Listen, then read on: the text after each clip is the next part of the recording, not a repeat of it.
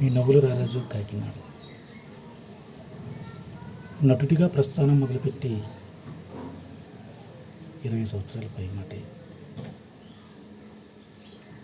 అందరూ కూడా ఏంట్రా జబర్దస్త్లో ఇప్పటికీ వెళ్ళలేకపోయావు,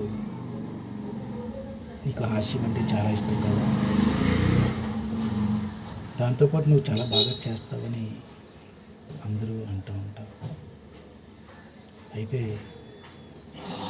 జబర్దస్త్కి ట్రై చేయడం జరిగింది, ఆడిషన్స్కి వెళ్ళడం జరిగింది, సెలెక్ట్ అవ్వడం కూడా జరిగింది. అయితే అదంతా కూడా ఒక ప్లే, ఒక రాజకీయం, చెప్పాలంటే రాజకీయం. అలా అని చెప్పి అవి చెప్పుకుంటూ కూర్చునే సమయం లేదు. సరే, మనమే షో స్టార్ట్ చేద్దామని నవ్వుల రారాజు కాకినాడ ప్రోగ్రాం పెట్టి ఆడిషన్స్ కూడా పెట్టాడు. అక్కడే పెద్ద రాజకీయం అనుకుంటే ఇక్కడే నా చుట్టూ ఉన్న వాళ్ళే మోసమనాలో లేకపోతే ఈర్ష్యానాలో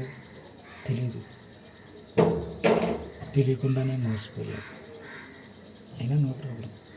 నేనేంటంటే ఈ జన్మకి నటుడిగా అవతారం పెట్టి నాకు ఓపుకున్నంత వరకు నవ్వించడానికే ప్రయత్నిస్తాను. నవ్వుల రారాజు అనే ప్రోగ్రాం కాస్త లేట్ అవుతుందేమో, కానీ అది ఆపను. అది నా కళ, నా డ్రీమ్. ఇప్పటికీ నా దగ్గర ఎన్ని స్క్రిప్ట్స్ ఉన్నాయో ఎవరికి తెలియదు. నేనే రైటర్ని, నేనే దర్శకుడిని, అన్నీ నేనే.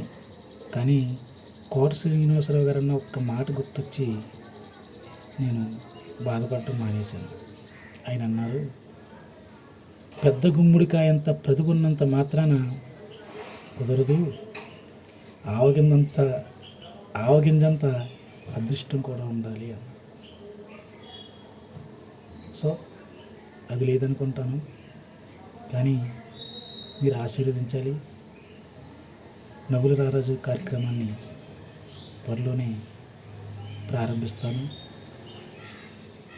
అందరూ కూడా కోఆపరేట్ చేయండి ప్లీజ్. Thank you.